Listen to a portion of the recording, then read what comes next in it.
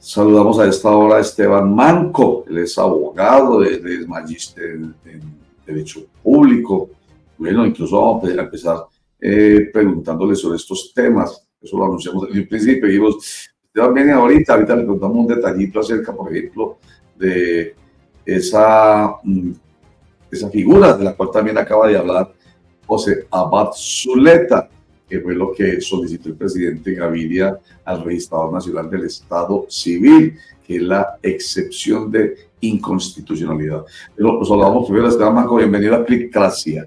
Gracias por estar con nosotros. Buenos días, Roger, a la amable audiencia de este importante programa y todas estas tensiones que se viven a nivel nacional y local, Roger. Es decir, el derecho público lo respiramos día a día. Sí, señor, y vamos a llegar a lo local, por supuesto, porque para eso lo hemos invitado, pero aprovechémoslo a usted, que es una persona que conoce la Constitución. Entonces, hemos venido hablando de esa... me gustó más la forma en que la dijo el abogado Zuleta, porque el presidente, expresidente César Gabriel Trujillo, habla de excepción de inconstitucionalidad. Entonces, dice José Abad Zuleta, excepción de aplicación de inconstitucionalidad. O sea, aplicar, ¿qué? ¿Cómo es que funciona realmente esa excepción, Esteban? Sí, Roger, el artículo 4 de la Constitución Política establece que la Constitución Política es norma de normas. En cualquier caso de incompatibilidad entre la Constitución y otra ley de inferior jerarquía u otra norma de inferior jerarquía, van a prevalecer las disposiciones constitucionales. Esto es lo que se ha denominado un control de constitucionalidad difuso, no solo para los servidores judiciales, para los jueces de la República, sino para todo servidor judicial, sea de la rama ejecutiva, sea de la rama legislativa, sea de la rama judicial, sea de los órganos autónomos o independientes como los de control, como los electorales, para todos los departamentos, para todos los municipios, para todos los distritos. Es decir, este artículo es un dispositivo amplificador de todos los funcionarios públicos e incluso de los particulares también, porque la norma es una norma de mayor jerarquía. El problema aquí, Roger, es que el señor presidente de la República aplica esta excepción de inconstitucionalidad frente a un acto no propio, no suyo, no de él, sino del Congreso de la República. Y es allí donde hay una tensión entre las ramas del poder público. Por eso muchos constitucionalistas dicen que si bien la excepción de inconstitucionalidad es potente para que aquella persona que se enfrente a un acto de inconstitucionalidad, que no haya que recurrir a la Corte Constitucional, pueden aplicarlo, pero cuando estamos frente no a un acto propio, sino de una rama del poder público, es allí donde decimos debe ser el juez el que suscite y solucione esa tensión para evitar que una persona pueda ser arbitraria con esa decisión. Esteban, ahorita teníamos una inquietud sobre si una ley, o en este caso, se refiere a un decreto, que es el decreto del presidente de la República con la firma de todos los ministros para convocar a la consulta popular. Usted dice constitución versus una norma de menor jerarquía. Entonces, el decreto aplica perfectamente, no tiene que ser una ley. La Constitución no establece que sea una ley de la República, sino cualquier norma jurídica. Y las normas jurídicas pueden ser decretos, pueden ser leyes, pueden ser resoluciones, pueden ser actos administrativos, y es aquí cualquier norma del ordenamiento jurídico, incluso un contrato. Y el contrato es un contrato, por ejemplo, entre particulares, y si hay allí algún vicio de constitucionalidad, se pueden aplicar esa normativa específica. Así, Roger, que circunscribir la excepción de inconstitucionalidad a una ley es también reducir el impacto que la misma Constitución lo establece en ese artículo 4, porque dice es una norma de inferior jerarquía. Y la norma, hay varias tipologías dentro de las que acabé de mencionar. ¿Por qué se refiere tanto en la carta del expresidente César Gaviria Trujillo a la Registraduría Nacional del Estado Civil, y esa es la otra cosa que nos va a aclarar usted, porque le dice al Registrador Nacional del Estado Civil que no aplique, ¿cierto? Como que inaplique, como dice José Basureta, por inconstitucional el decreto. Porque se refiere tanto al artículo 104, el expresidente Álvaro, César Gaviria Trujillo, en esa carta al registrador? Bueno, porque la consulta popular de carácter nacional necesita de diferentes ramas del poder público. Vemos que esta es de iniciativa gubernamental por parte del presidente de la República, una rama del poder público, la rama ejecutiva, que solicita la consulta previa al Senado de la República, que hace parte de la rama legislativa. Entonces van dos ramas del poder público que debe emitir concepto previo y favorable del Senado. Entonces, si existe concepto previo y favorable del Senado, pasa otra vez al gobierno para que emita el decreto que convoca a consulta popular de carácter nacional. Pero aquí lo que adolece es el concepto previo y favorable del Senado, de una rama del poder público. Y esto, en el orden de ideas, que todo se diera adecuadamente, también participa la Registraduría Nacional del Estado Civil, que es un órgano autónomo e independiente, un órgano electoral que no hace parte de las ramas del poder público, y es que quien genera todo el calendario electoral para la votación del pueblo, si dice sí o si dice no. Vemos que todas estas participaciones son necesarias para el resultado final, y es la votación del pueblo frente a esta consulta popular de carácter nacional. Así que muchos están diciendo, como no hay concepto previo favorable del Senado, el gobierno no podía emitir el decreto que convocaba consulta popular, así que lo que le piden al registrador nacional del Estado Civil, un órgano autónomo independiente de estos órganos electorales, es que no aplique la excepción que estaba afirmando el señor presidente de la República. Total. De tal forma que sea hasta allí un talanque o un obstáculo para proseguir con el calendario electoral y así llamar al pueblo a votación. Desde mi punto de vista, Roger, es la Corte Constitucional la que debe conocer del decreto, porque el numeral 3 del artículo 241, que son las competencias de la Corte Constitucional, establece que la Corte Constitucional es la que analiza las consultas populares de carácter nacional desde la convocatoria y por el procedimiento. Y la convocatoria de cualquier consulta popular de carácter nacional proviene del presidente de la República, de un decreto. ¿Cuál es la anomalía que se está presentando aquí en el escenario nacional? Es que el señor presidente de la República no tiene concepto previo y favorable del Senado. Pero eso es un vicio de procedimiento que debe ser subsanado a quien se le otorgó la competencia de pronunciarse, que sería la Corte Constitucional. Ese es el debate, si el Consejo de Estado o si la Corte Constitucional en esta situación específica. Sí, señor. Entonces, el 104, para redondear y darle paso a una inquietud que tiene Germán, dice el presidente de la República con la firma de todos los ministros, ya se hizo, y previo, aquí es donde viene la situación sobre la que llama harto la atención en su carta el expresidente César Gaviria Trujillo, y previo concepto favorable del Senado de la República, podrá consultar al pueblo, que es lo que no se ha dado. Y el 241 habla de la Corte Constitucional, usted lo ha planteado, que se le confía la de la integridad y supremacía de la Constitución Política de Colombia, y hay varios numerales, entre ellos entonces los que le dan la potestad para que sea ella y no entonces otro juez el que diga que es inexequible o no el llamado a consulta popular por parte del presidente de la República. Le iba a dar la palabra a Germán, pero usted como que quiere resaltar algo aquí.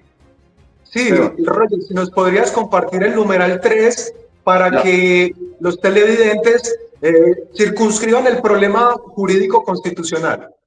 Entonces dice, 241 al que se ha referido pues nuestro invitado Esteban Manco, quien es el experto en el tema, y dice, a la Corte Constitucional se le confía, vuelvo y digo, esto es muy importante tenerlo en cuenta en lo que está diciendo nuestro invitado Esteban Manco, se le confía la guarda de la integridad y supremacía. Ahí es cuando se refería ahorita Esteban Manco al artículo 4 de la Constitución. La Constitución política de Colombia es norma de normas, por encima de cualquier ley, de cualquier decreto, de cualquier resolución, de cualquier contrato, incluso, ha dicho Esteban. Entonces, la integridad y la supremacía de la Constitución en los estrictos y precisos términos de este artículo, el 241, con tal fin cumplirá las siguientes funciones, y ahí es cuando me pide que diga el cuarto es o el tercero, el cuarto, Esteban. El 3. Decidir sobre la constitucionalidad de los referendos sobre leyes y de las consultas populares y plebiscitos de orden nacional. Estos últimos solo por vicios. Vean este Esteban que tan berraco. Estos últimos solo por vicios de procedimiento en su convocatoria y realización.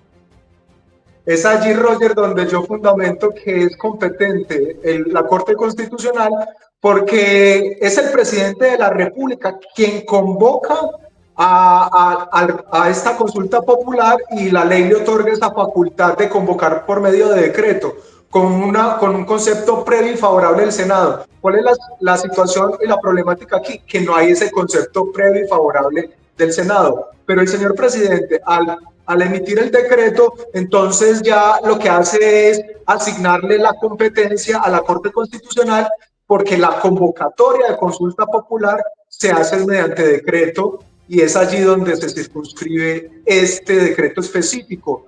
Que, Roger, ¿cuál es la situación particular del país? Normalmente no estamos acostumbrados a este tipo de mecanismos de participación ciudadana, son escasos a nivel nacional, son escasos a nivel departamental y local. Entonces, el último que tuvimos, consulta anticorrupción, hubo un concepto previo y favorable en el Senado, es decir, allí no hubo tensión, pero ahora la tensión es porque no hay ese concepto previo y favorable, y es aquí donde ya se están dando todas estas tensiones e interpretaciones. Pero desde mi punto de vista, ese numeral 3, con la convocatoria, asigna la competencia a la Corte Constitucional. Pues a mí me queda muy claro realmente, doctor Esteban Manco, buenos días, me queda muy claro ese punto que usted nos acaba de mencionar. Es un vicio de trámite, y sería la Corte Constitucional la encargada de hacerlo eso. Entonces el presidente hizo bien, luego de firmar el decreto, de enviarle a la Corte Constitucional para revisión y no al Consejo de Estado. Pero me preguntaba en otro sentido, bueno, el mismo tema, pero volviendo al tema de la excepción de inconstitucionalidad. Mire que en medio de estas confrontaciones entre oposición y gobierno, pues al final sacamos lo positivo de todo esto, y es las cosas que aprendemos todos los días, porque eso de excepción de inconstitucionalidad no lo escuchamos todos los días tampoco. La pregunta de Esteban es, ¿qué tanto se ha aplicado esto en la historia de Colombia? Porque para mí, hablo yo personalmente, para mí es nuevo el término, yo no lo había escuchado antes. Bueno, la excepción de inconstitucionalidad es una figura que proviene desde 1991, y como lo dije, es un control de constitucionalidad difuso. ¿Eso qué significa?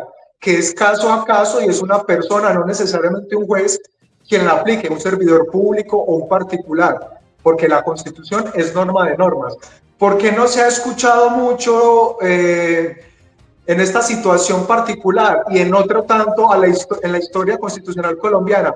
Porque no se ha hecho uso de ella, o por temor al prevaricato, porque la excepción de inconstitucionalidad es decir, esa norma es inconstitucional, yo no la aplico la Constitución directamente, y podrían estar enfrentando investigaciones. Y otra cosa que sucede es que la Constitución no ha sido utilizada de manera adecuada, porque aunque tienen las herramientas para inaplicar por inconstitucionalidad, los jueces están acostumbrados a un modelo de Estado previo a la Constitución de 1991, y prefieren aplicar la ley un poco más segura, un poco más directa que la Constitución o que los postulados constitucionales, o también por miedo a que diga el superior, en el caso cuando uno solicita ante los jueces de la República que se inaplique esa sentencia por ser inconstitucional o que siga el precedente de la Corte Constitucional, y entonces lo que hacen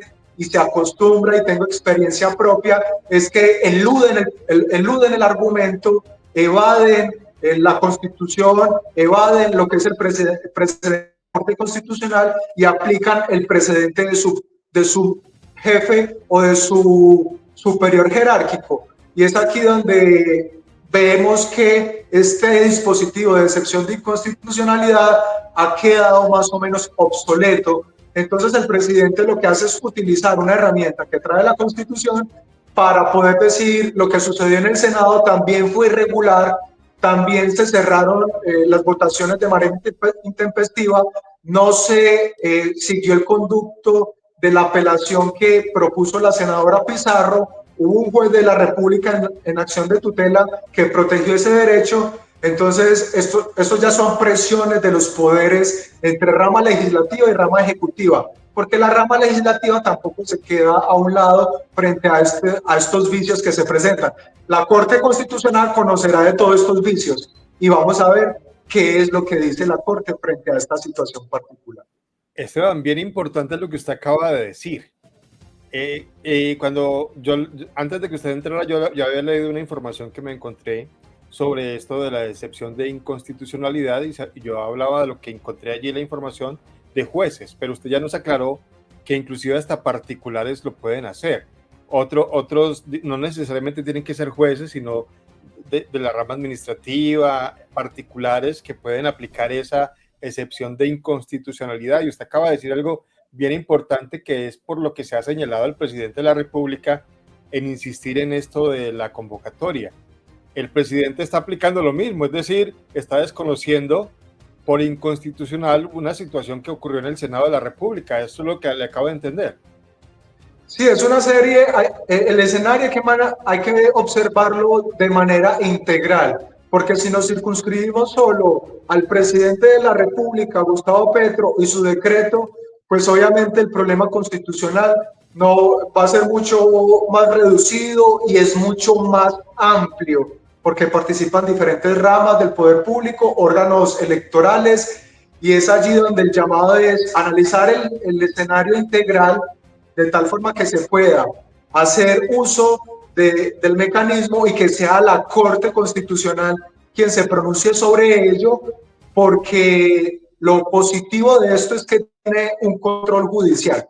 Y el control judicial, desde mi perspectiva, sí recae en la Corte Constitucional, pero también podrá recaer en el Consejo de Estado para otros. Vamos a ver qué dice el Consejo de Estado, porque se han interpuesto demandas en contra de este decreto ante el Consejo de Estado. Vamos a ver qué analiza de ese numeral 3 del artículo 241, porque lo que dice la Constitución es que se le confía al Consejo de Estado todos los decretos que no hagan competencia o que no sean competencia de la Corte Constitucional. Es una competencia residual la que tiene el Consejo de Estado por expreso mandato de la Constitución.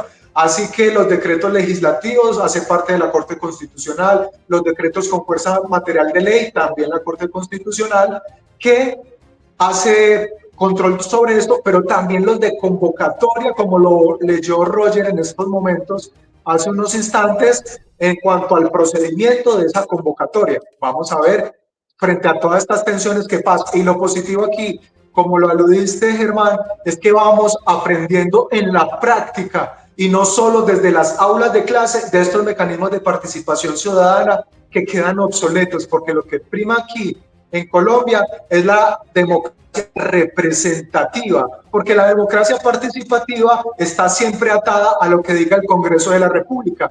Y es aquí donde se hace una crítica a la Constitución política, y es que el pueblo es fuente suprema de toda autoridad, conforme el artículo 3 de la Constitución, si el Congreso le da permiso. Y eso sí queda un poco salido de las vestiduras, decir que el pueblo es fuente suprema de toda autoridad. Roger, si el Congreso le da permiso, si no le da permiso, no es fuente suprema de toda autoridad. O sea, yo tengo la libertad de hacer lo que me parezca es lo mejor, según el libre albedrío, y mi mamá lo tiene muy claro, y cuando voy a hacer lo que quiero yo, de acuerdo con mi libre albedrío, llega mi mamá y me dice, no lo puede hacer. O sea, finalmente, eso es un cuento, como dirían en Bogotá, chimbo. Yo creo que enseguida hablamos de esto porque me parece muy, muy importante. Lo invitamos a una cosa muy especial, pero mire que es que teníamos que aprovecharlo a usted, que es experto en ese derecho público constitucional tan importante. Pero que mire, Diego Tocora nos escribe y dice, si la Corte no acepta el decreto de consulta, si la Corte Constitucional, cuando dice no acepta, me imagino que lo revise y dice es inconstitucional, ¿cómo sería el proceso para una asamblea constituyente? Que es, entre comillas, la otra amenaza del presidente Gustavo Petro, que ya salió ayer con que si no me permiten que se cumpla con este propósito de la consulta, entonces voy con la Asamblea Nacional Constituyente. Respóndale por favor a Diego Tocora, a usted, Esteban. Sí, Diego, con los buenos días. Si la Corte no acepta en tu concepto la consulta popular, si la declara inexequible por vicios de procedimiento, como se han dado estos vicios alrededor de este procedimiento para llamar a consulta popular de carácter nacional, la Asamblea Nacional Constituyente es un mecanismo de reforma constitucional para reformar la Constitución. Aquí ya no estamos hablando de la ley, que es lo que se presenta y lo que se pretende con la consulta popular de carácter nacional, que es más o menos impactar la ley. Aquí con la Asamblea Nacional Constituyente es la Constitución la que se va a reformar. Así que de todas maneras, Diego, hay que pedirle permiso al Congreso. ¿Y cómo se le pide permiso al Congreso? Por medio de una ley, la ley que convoca Asamblea Nacional Constituyente. Y si eso debe tener mayorías en Cámara de Representantes y Senado de la República. Y si no se tiene esa mayoría, el pueblo, fuente de suprema autoridad, no se puede expresar. Es decir, que también hay que seguir un procedimiento ante el Congreso para poder convocar Asamblea Nacional Constituyente frente a estos tópicos específicos. Doctor Esteban, buen día, cordial saludo. En caso de que, me imagino que lo va a hacer, el Consejo de Estado o la Corte Constitucional admitan esa demanda, ambos pueden tomar unas medidas cautelares, como por ejemplo decirle al gobierno, ojo, no decrete todavía ni día, ni fecha, ni nada, hasta que no nos pronunciemos de fondo. Es decir, ellos pueden de alguna manera paralizar la realización de esa consulta. Si es en el caso de la Corte Constitucional generalmente no toma decisiones de suspensiones provisionales para un acto específico, sino que deja pasar el tiempo y ya ella la asume definitivamente en sala plena. Pero en el caso del Consejo de Estado, sí hace herramienta o hace alusión a esa suspensión provisional frente a algunos decretos, que ya lo ha hecho en algunas ocasiones.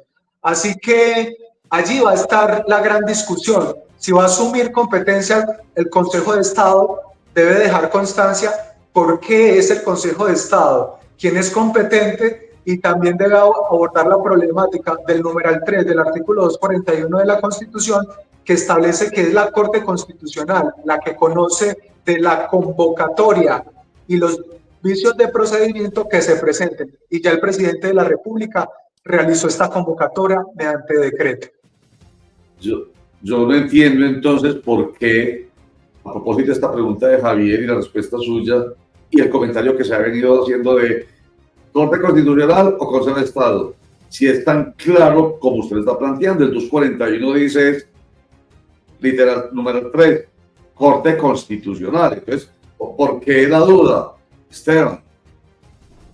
Porque en materia de control de constitucionalidad, y esto es un aspecto muy técnico, Javier, Germán, Roger, es un aspecto muy técnico, existe una bifurcación del control de constitucionalidad. Son dos autoridades judiciales las que ejercen el control de constitucionalidad sobre los decretos que emite el presidente de la República. Y dependiendo de la naturaleza de esos decretos, asimismo se le va a asignar la competencia de conocer y de decidir definitivamente sobre la constitucionalidad o inconstitucionalidad de esos decretos que emite el presidente de la República. Así que la Corte Constitucional se le confía y tiene control de constitucionalidad sobre los decretos legislativos. Ya lo hemos visto aquí y en otros escenarios de opinión pública, como los decretos de guerra exterior, conmoción interior o emergencia económica, social o ecológica, que son los decretos de estado de excepción, que ya lo hemos visto, hacen parte de la Corte Constitucional, los conoce la Corte Constitucional. También los decretos con fuerza material de ley, que son expedidos por el presidente de la República con precisas facultades del Congreso de la República, también hace parte de la Corte Constitucional, que los conozca. También, entonces, conforme al numeral 3 de la convocatoria y del procedimiento que se ejercite.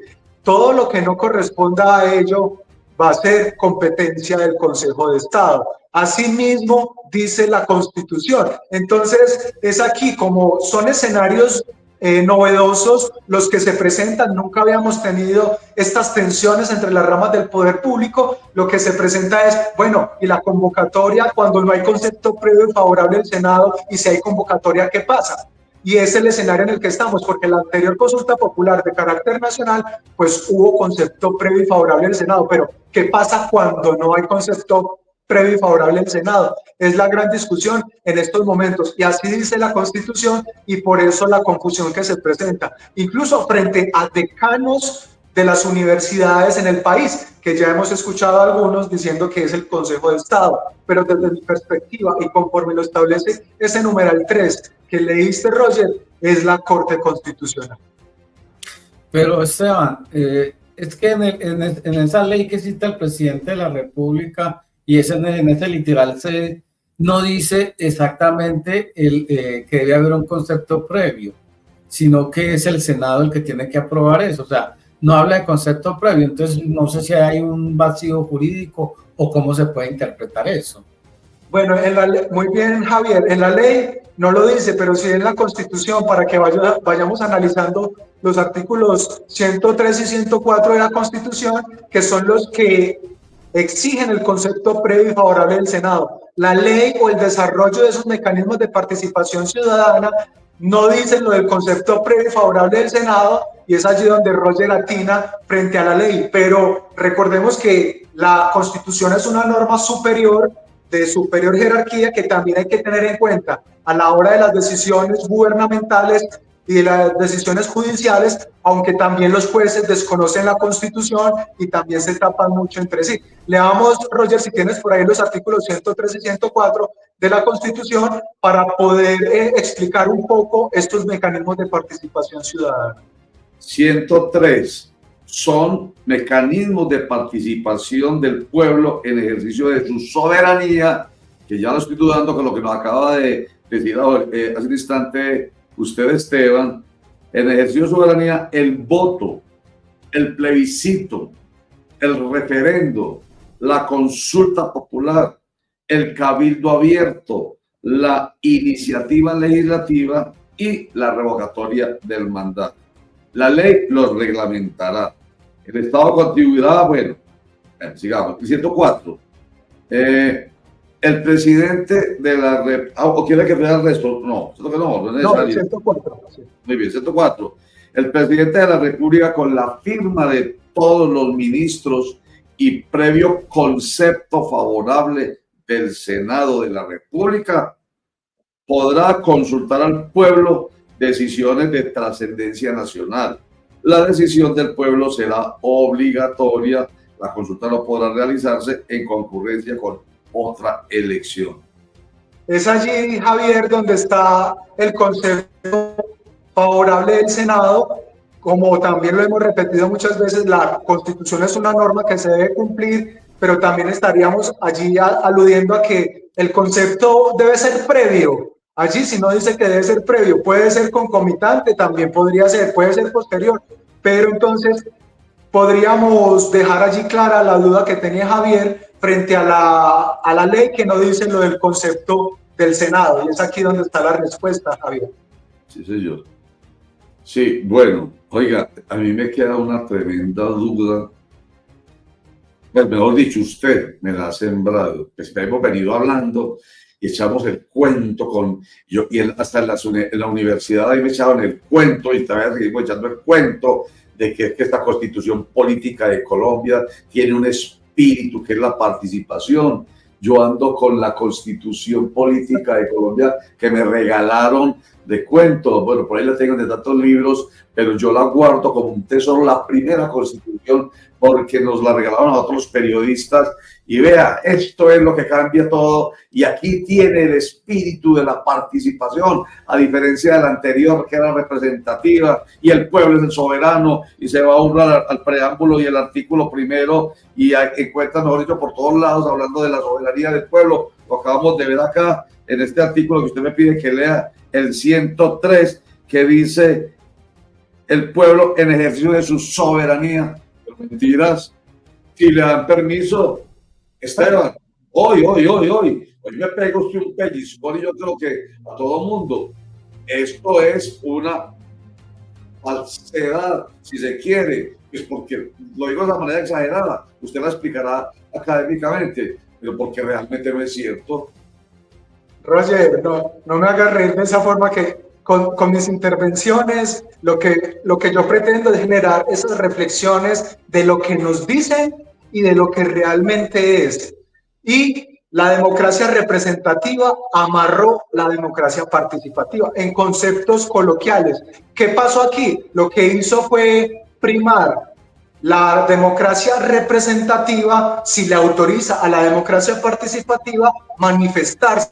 Y es allí, como me decía un colega profe de Derecho Constitucional de la Universidad Complutense de Madrid, cuando se dio el régimen de transición entre Franco y el régimen democrático. Dijo, le preguntaron a Franco, ¿y qué hacemos aquí? No, lo tengo amarrado, lo tengo todo bien amarrado. Es más o menos lo que pasa acá. La élite política del país amarró bien la democracia participativa, y quienes están en el Congreso de la República obviamente se inspiran bajo otros intereses, no tanto democracia directa, que el pueblo sin intereses empresariales, bancarios, terratenientes, etcétera, decidan, sino que el pueblo en su genuidad pueda decir sobre sus asuntos. De tal forma que quedo tranquilo, Roger, que ese noble sueño que tenías de la democracia directa, de la democracia del pueblo, haya quedado aclarado frente a lo que se debe hacer en otros escenarios constitucionales, que lo más seguro es que pronto vendrán, donde podamos intervenir, donde podamos participar y dar todos estos debates de que la democracia directa no puede estar subyugada o atada a la democracia representativa.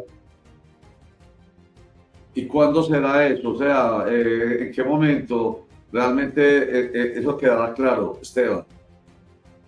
Bueno, los escenarios constitucionales son más o menos no comunes, pero dando el talante, dando los debates, se pueden dar asambleas nacionales constituyentes, reformas constitucionales, que son aspectos que se pueden dar allí, donde si el pueblo es fuente suprema de toda autoridad, pues no tenga que pedirle permiso al Congreso de la República, que eso es básicamente el concepto del Senado, el concepto favorable del Senado y la ley de Asamblea Nacional que convoca a Asamblea Nacional Constituyente, es pedirle permiso. Si ellos dicen que no, el pueblo no se manifiesta.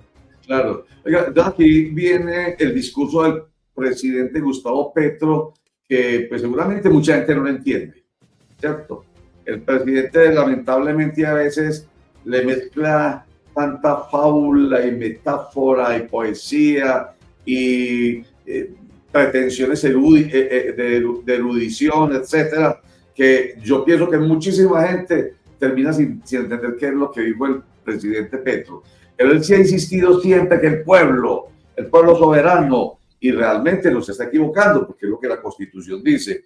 Si entonces la democracia representativa a través del Senado de la República, si el Senado de la República no, entonces el pueblo sí. Pero eso suena medio subversivo a veces, como medio rebelde, más bien, o mejor dicho, muy rebelde, le suena a la gente.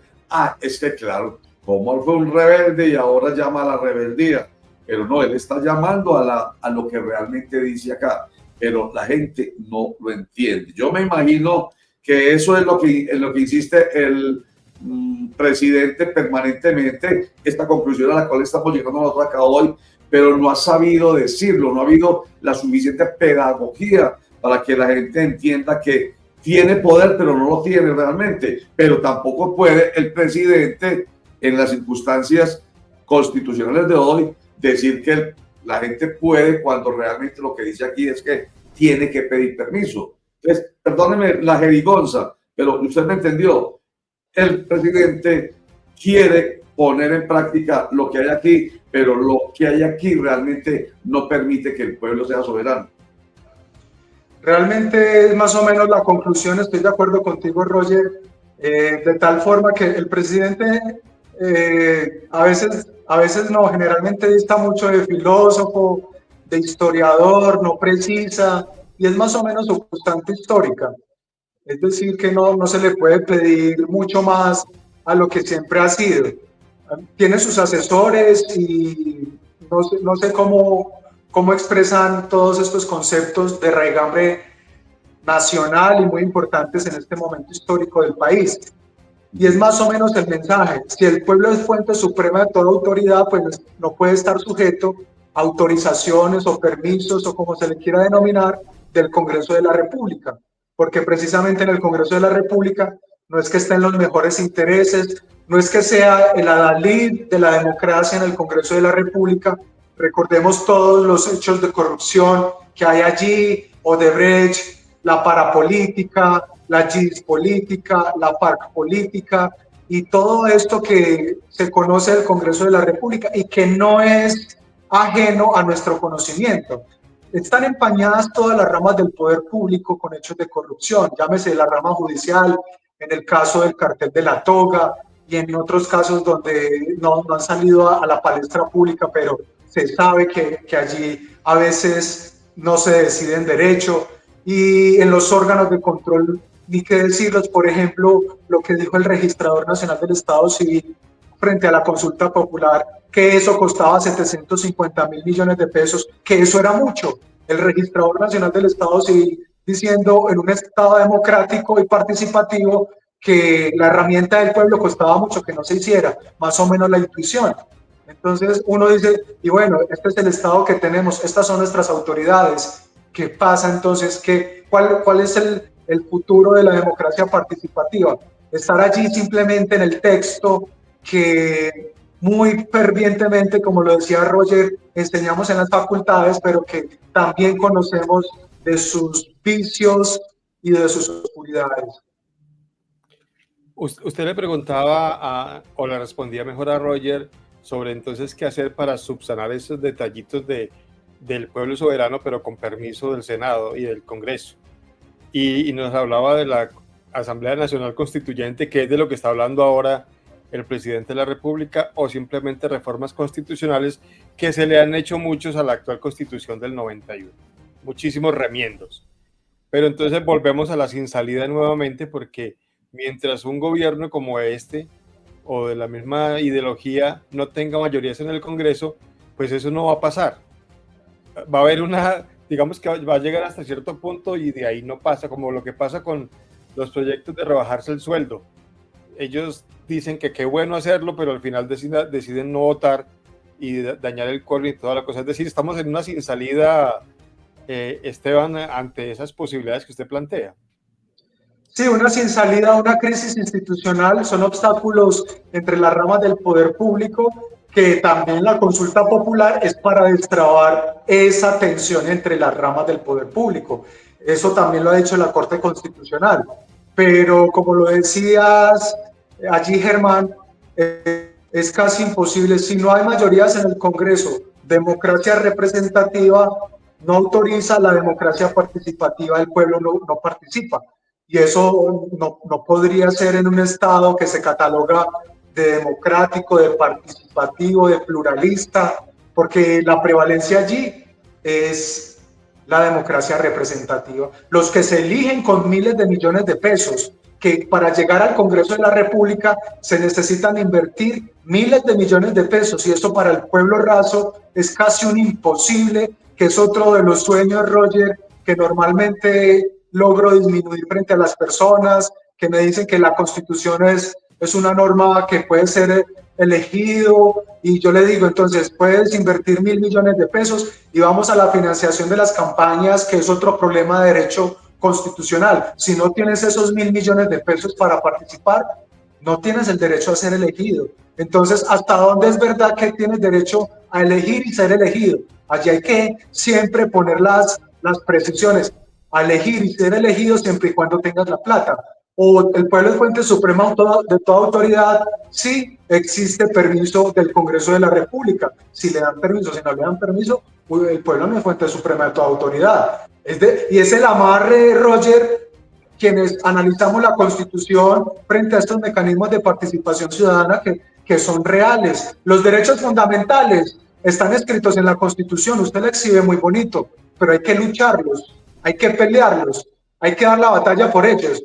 No son solo así. Y eso, si el juez también los otorga, porque a veces el juez se desvía y hace triquiñuelas para decir, aquí no. Lo que pasó, por ejemplo, con la acción popular. Tenemos las acciones y es evidente, Roger, que se desconoce el patrimonio público, pero uno dice, sí leyó toda la ley. Ya, vamos a hablar de eso. Es que aquí está por las dos constituciones, esta la reciente, por la nueva, y esta, la que yo les dije ahorita, porque la encontré allá buscando. Esta es la primera constitución. Entonces, me dieron ahorita ganas de quemarla. Dije, pues, wow. Tampoco, Roger, hasta allá no. Exagerado, pues yo dije, esto que para mí ha sido un incunable, incluso, dígase, déjeme decirlo de esa manera, pues por lo que significa la Constitución. Ahí Diego Tocora acaba de decir algo muy bacano, y yo lo iba a quemar, pero ya porque Diego escribe esto, entonces ya no. Necesitan hacer pedagogía sobre derecho constitucional en los medios públicos y en los privados. Pero bueno, los públicos le corresponden más porque los privados pues tiran para su lado. Pero nosotros intentamos todos los días, por eso invitamos tanto a Esteban, Diego, para que siga muy pendiente de nosotros, que él es experto en Constitución, para que nos ayude a entenderla. Hoy llegamos, por ejemplo, después de viejitos, a entender cosas de la Constitución. Esta que la he guardado yo como siempre, como un tesoro. Ahorita me dio como rabia, yo me he engañado 33 años, pero mentiras, 34 años, mentiras que hay que seguir insistiendo en ello. Bueno, oiga, ya mencionó Acción Popular, qué pena, hombre, estamos hablando de otra cosa, venimos hablando de una cosa y nos metimos en esto, pero mire, para satisfacción de personas como Diego Tocora, por ejemplo, es muy importante hablar de eso y explicarlo. La Acción Popular de Esteban Manco, pidiendo que se protejan el patrimonio de los antioqueños con aquella decisión tomada en el Consejo de Medellín de autorizar al alcalde como presidente de la Junta Directiva de EPM y AEPM a enajenar, a vender las acciones que tiene EPM en Tigo, UNE e Invertelco, sin que, así se aprobó, sin que se conociera la valoración de esas acciones. Siempre ha dicho Esteban Manco, el avalúo, entre comillas, se hizo con una expresión del alcalde de Medellín, Federico Gutiérrez. Abuelo de pájaro son como 1.6 billones de pesos. Entonces viene Esteban y dice, no señores, hay que defender el derecho colectivo. Entonces recurre a la acción popular que le fue emitida por el Juzgado Quinto Administrativo Oral de Medellín, el mismo que ahora le niega la acción popular. Esteban, ¿por qué? Porque realmente se solicitaron dos protecciones de derechos: la moralidad administrativa, la transparencia frente a la administración. En este sentido, no se le aplicó en debida forma la ley 226 del 95, que requiere un consejo, un avalúo preliminar de las acciones que se vayan a vender, y es algo normal, Roger, es decir, un avalúo preliminar es un avalúo antes de la autorización de la venta. Eso sucede y he consultado con diferentes expertos en materia societaria, de qué pasa cuando se vende una empresa en el nivel privado, y lo que me dicen es que es algo muy razonable de ese requerimiento, de ese avalúo preliminar, de que los concejales y la ciudad se conozcan cuánto vale en ese momento el patrimonio de la ciudad. Entonces, lo que dice la juez frente a esta situación particular es que EPM, al ser una empresa industrial y comercial del Estado, no estaba sujeta a ese avalúo preliminar porque el artículo 17 decía que si bien todas estas estaban atadas o sujetas al avalúo preliminar, debe adecuarse a la organización y a la función de ellas. Entonces, como EPM es autónoma, entonces no está sujeta a ese avalúo preliminar, que solo es para el orden nacional. Y eso no dice la ley. La ley no dice que están exceptuadas, que la forma de organización no hace que se eximan de la ley o que se excluyan de la ley. Y es lo que estamos planteando ante el Tribunal Administrativo de Antioquia, que es más o menos lo que pasa con la ley de contratación estatal, que se hace siempre pensando en el nivel nacional, en gobierno, en Congreso, pero en un artículo dice, esta ley se le aplica a las entidades territoriales y a las entidades especializadas o por servicio, y se le aplica a todo, y el régimen de contratación estatal se le aplica a todas las entidades de carácter público que no estén exceptuadas, y también trae su propio régimen de excepción. Esta ley no dice ningún tipo de excepción. El artículo primero dice que se le aplica a toda empresa, a cualquier empresa del Estado que tenga capital público. Y eso se hace alusión a que abarca todas estas empresas que tengan capital público. El artículo 8 dice que debe haber un avalúo preliminar que debe enviar el presidente de la República al Congreso de la República. Pero el artículo 17 dice que eso se le aplica a las entidades territoriales, a departamentos, distritos y municipios, y a las entidades especializadas o por servicio, empresas industriales y comerciales del Estado, y EPM es una empresa industrial y comercial del Estado. Entonces, se ha creado una teoría que proviene del mismo EPM, que EPM no está atado o no está sujeto a la ley. Y lo que dice el Consejo de Estado es que no es una autorización para excluirse de la ley, sino que la autonomía de las entidades, de este tipo de entidades, de las empresas industriales y comerciales del Estado, es en cuanto a su gestión de administración y en cuanto a su gestión financiera, no para excluirse de la ley. Eso no lo dice la ley misma, tampoco lo dice el Consejo de Estado. Y también el otro derecho es el patrimonio público, que no se encontró una afectación al patrimonio público porque no logré demostrar el elemento subjetivo. ¿Y qué estaba pidiendo la señora juez en el elemento subjetivo? Que yo demostrara corrupción allí, y eso sí le queda muy difícil al ciudadano, Roger, que el ciudadano que no tiene las herramientas investigativas para hallar corrupción, entonces si no hay ese elemento, no se protege el patrimonio público, y eso sí queda muy pesado, Roger. Claro. Eso queda muy sensible, uno demostrar corrupción. Claro, pero porque además usted no estaba denunciando corrupción, ¿cierto? Estaba defendiendo el patrimonio público frente a una decisión objetiva. Eso de la corrupción es muy subjetivo.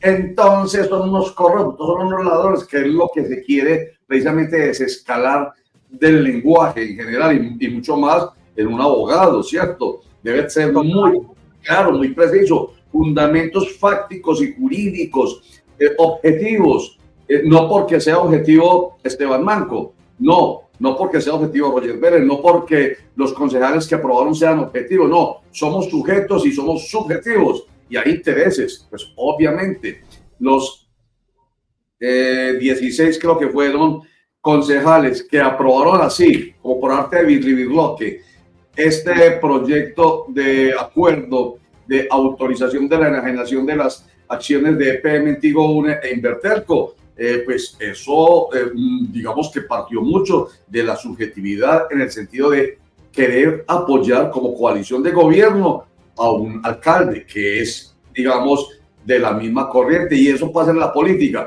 eso es subjetivo, pero eso no quiere decir corrupción, eso queda absolutamente claro. Lo que sí es objetivo es lo que usted está pretendiendo. Un momentico, es que eso es un patrimonio y está hablando de cómo lo hace el sector privado. Mejor dicho, vámonos a la economía familiar. Usted va a vender en la casa y la va a vender sin avalúo.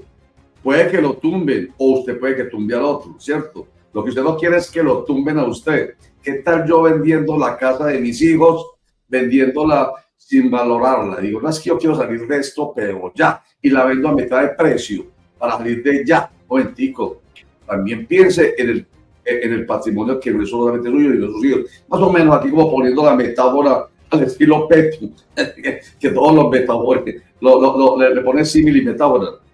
Pero bueno, es eso. Entonces, finalmente, ¿qué viene, Esteban? Ahora, ¿qué viene después de la decisión tomada por este juzgado quinto administrativo?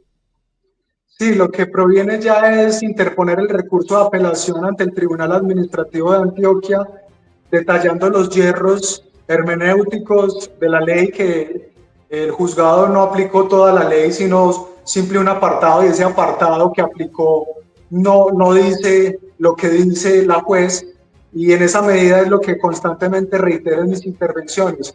Una cosa dice la Constitución y muy bonita y todo, pero otra cosa son las dificultades que presentan los ciudadanos al querer interponer acciones públicas en favor del patrimonio público. Porque aquí, como lo atinaste, Roger, es ese elemento objetivo de los precios, de los valores, y de que saliera el señor alcalde a manifestar a la opinión pública que estaban en alrededor de 1.6 a 1.8 billones de pesos.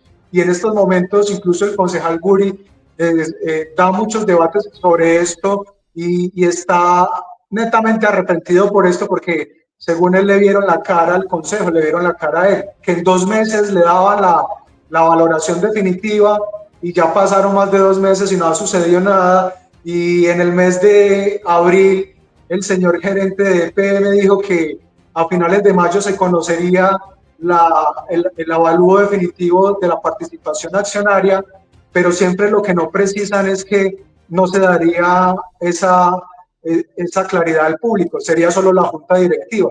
Es decir, siempre son esas precisiones las que siempre pasan, Roger, como lo hemos visto en la Constitución, en la ley, en los derechos, incluso en lo que manifestó el señor gerente de EPM. Se conocería a finales de mayo, pero no especificó que para el público no, solo para la junta directiva. Y eso es lo que pasa, Roger.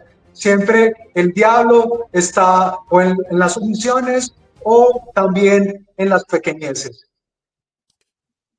Doctor Esteban, con base en esa decisión que se tomó, el juzgado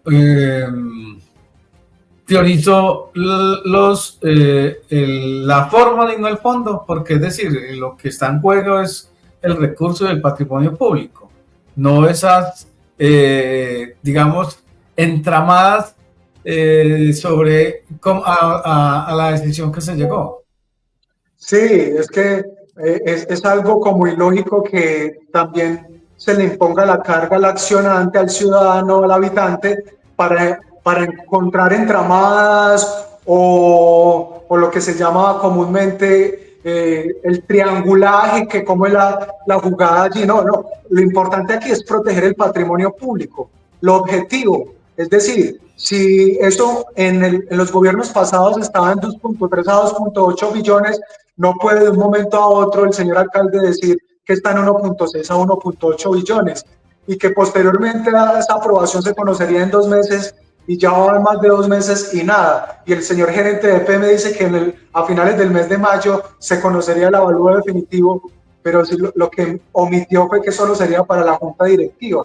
Entonces siempre son todas estas perspicacias, suspicacias, esta poca transparencia que ha tenido el señor Federico Gutiérrez, que incluso en su intervención ante el Consejo Distrital de Medellín, cuando rindió cuentas, yo le pregunté a viva voz sobre eso, y siempre omitió la venta de un EPM, y todo ha sido muy poco claro, algo oscuro, algo gris, que incluso en el Consejo no se daban esos, y tuve que yo participar en los 5 minutos que dan a la ciudadanía para poder dar el debate. La comisión accidental que se creó en el momento de la aprobación en el 2024 solo vino a ser ejercida en el 2025, en alrededor del mes de marzo. Es decir, si no es por todo ello, no se activa la comisión. Si no es por todo ello, la Contraloría Distrital de Medellín no activa la función de control fiscal. Entonces uno dice, y las autoridades que, Roger, tenemos muchas autoridades, pero sí funcionan. Por lo menos la Contraloría Digital de Medellín ha planteado muy ahorita, pero ya lo dijo, estamos ahí al frente de este tema de la enajenación de las acciones de EPM que tiene en Unetigo e Invertelco. Esteban Manco, pues queda claro, tiene la posibilidad, eso nos lo permite nuestro Estado democrático de derecho, tiene la posibilidad de la impugnación y a ella va a recurrir porque usted sigue convencido de que está defendiendo intereses colectivos a través de esa acción popular. Yosol dice, la constituyente no le conviene a los ricos, dice Yosol. Gracias, Yosol. El tema que veníamos tratando antes, comentario que hace ella y que, pues, ella o él, y que permite que la participación aquí sea un hecho real todos los días. Bueno, entonces termino, Esteban, diciendo que vamos a estar muy atentos, nos va contando, por favor, va a proceder usted con la impugnación. Un comentario aquí de satisfacción. Cuando me leí lo de las costas, yo, ay, pucha, le van a dar en la cabeza al pobre Esteban por estar defendiendo interés colectivo, le van a cobrar las costas, que es el dinero que se le cobra al abogado por temerario, porque se puso en funcionamiento el aparato judicial por algo temerario, algo que no funcionaba y le van a cobrar. Menos mal, según queda en el fallo, no hay costas para usted como abogado demandante. Eso me alegra mucho, Esteban. Y siga para adelante en defensa del interés general. Muchas gracias, Esteban. Muchas gracias, Roger. Y bueno, esto no solo es una postura de Esteban Manco, sino que cuando uno se enfrenta a este tipo de problemas jurídicos, también recurre a colegas en derecho administrativo, en derecho constitucional, de que mi visión es una visión acertada y no simplemente algo netamente subjetivo que yo quiera interponer, sino que también hay asidero de otros colegas que también están allí diciendo cómo EPM, cómo va a hacer eso. Pero una cosa uno enseña en las universidades y otra cosa es lo que pasa en la realidad. Pero otra cosa es la lógica, es cómo voy yo, por eso puse el ejemplo de la casa que voy a vender, cómo voy yo a vender esa casa sin valorarla, o sea, puede que me tumbe yo o tumbe a la persona, mejor dicho, la persona a quien yo le vaya a vender no va a ser tan bonito, venga señor, vamos a evaluar ese inmueble y ahí sí hagamos el negocio. Entonces, es una lógica, se está partiendo, el derecho además es puro lógico, pura lógica, ahí está. Esteban Manco, muchas gracias, estamos hablando, nos va contando. Un abrazo a todos, muchas gracias por el espacio. No, señor, a usted gracias por ayudarnos a ayudar a entender. Recuerden que nosotros somos información, opinión, análisis, interpretación y orientación para ayudar a entender. Y pues lo invitamos para hablar precisamente de esa acción popular que ha sido negada por el Juzgado Quinto Administrativo Oral de Medellín, y el resultado fue haciendo toda una cátedra constitucional, porque hoy en el contexto político de nuestro país era absolutamente necesario.